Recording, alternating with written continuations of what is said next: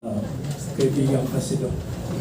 Actually, religious leaders do have a built-in advantage. In fact, during the anti-martial struggle, most of the religious leaders at that time, the Catholic Church, the UCCP, and other denominations do take advantage of this, take advantage of their position to really educate their flock regarding the issues confronting the people at the time. Because if people will understand, and they will easily understand if these are spoken by religious leaders, especially among pastors, bishops, and archbishops of different denominations. So, this time, I pray that we will no longer be silent. Yes. Thank you. Thank you, Tatay Jun, and kay Atty. Big naman po. Again, I'd like to thank all of you for having us here tonight.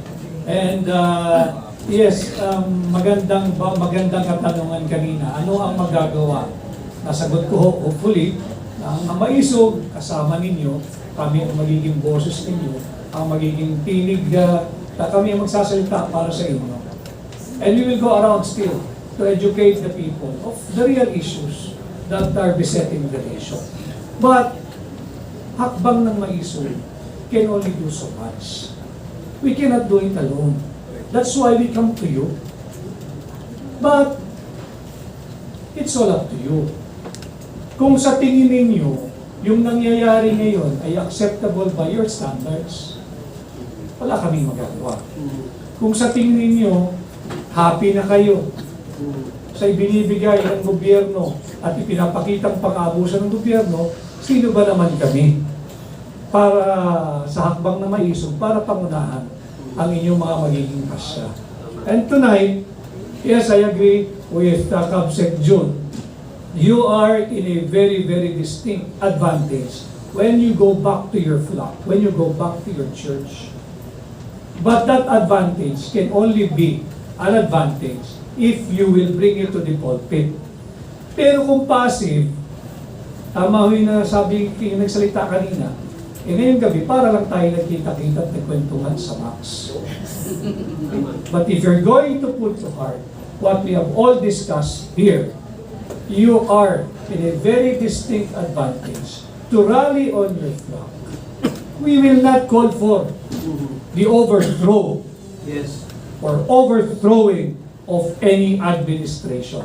Be it Marcos or whoever succeeds him, kay Duterte o sino man.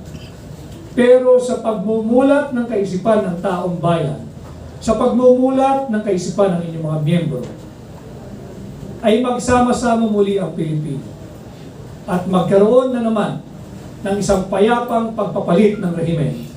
That exercise is also recognized by the Constitution and by our laws through the past experiences na dinesisyonan ng Korte Suprema.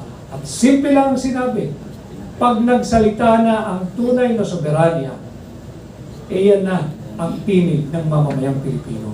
Lamang ko, maraming salamat. Salamat, Atty. And before we proceed to the final moments of this evening event, gusto po nating bigyan ng 5 bagsak na malalakas bilang tanda ng pasasalamat ang nag-initiative po ng ating pagsasama-sama lahat ng mga religious organizations na nandito, coming from the bottom of our hearts, hakbang na maisog sa ating mga guests po. Palakpakan po natin ng 5 bagsak si Archbishop John Ayuntun. Okay. Where is the church? The Philippines is a country in crisis. The economy is worsening due to both international and domestic factors, despite government efforts of window dressing to draw attention away from the devaluation of the peso. The bureaucracy is besieged by incompetence and corruption, particularly in protecting farmers, warning of increasing taxes and new loans. As a result, Criminality is on the rise. Worse, the Marcos administration's foreign policy is bringing the country closer to a war with the establishment of more EDCA bases, the installation of missile systems in northern Luzon, and provocative actions in the West Philippine Sea. The worst crisis, however, is the emerging proofs of cocaine use or addiction, not only of President Ferdinand Marcos Jr. and First Lady Lisa Marcos, but also several high-ranking officials of the government. It is bad enough that President Marcos has refused to submit to calls for a hair follicle drug test. It is worse that the worsening manifestations of cocaine use by top officials are being swept under the rug by mainstream media organizations.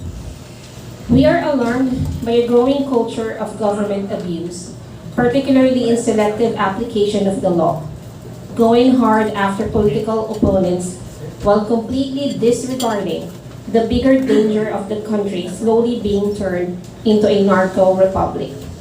This has got to stop. Now, there is one question that the faithful is asking in the midst of all this. Where is the church? Indeed, where is the Roman Catholic Church that had been both a beacon of light and a fearless voice in the recent political upheavals of the country?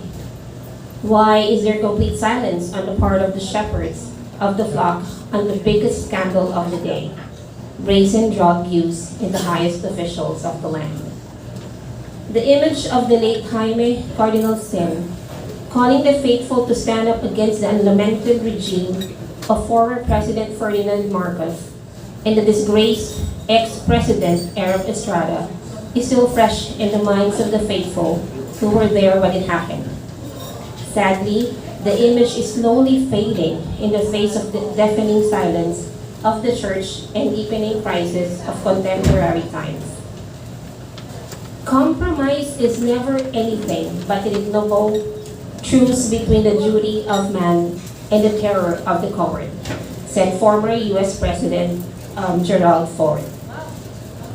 While we are not there yet as far as ignoble truce and the terror of the coward are concerned, but we are headed in that direction. The separation of the church and state has long been a rejected doctrine as far as the Filipinos is concerned. The state has routinely intruded into matters of faith and conscience, prompting the church to rise and defend itself against such intrusions. That being the case, there is no more reason for the church to remain silent and disinterested in the face of the biggest crisis the nation is facing, the misfortune of being governed by drug-induced leaders.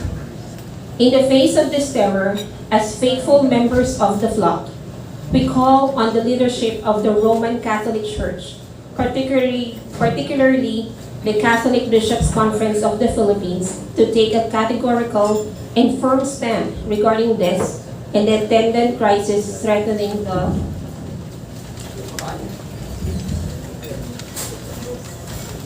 the nation. This is not about the present, but more so for generations to come. To paraphrase Mordecai's word to Esther in the Old Testament, if we remain silent at this time, relief and deliverance for the Filipinos will arise from another place, but you and your father's family will perish. And who knows but what you have to come to your royal position for such a time as this? Indeed, the situation is ripe for the nation to rise and confront the evils that threatens its citizens. It is our prayer that you will take your rightful place as shepherds of the flock, so justice and truth will again prevail in our land. The darkest places in hell are reserved for those who maintain their neutrality in times of moral crisis, wrote Dante Alighieri.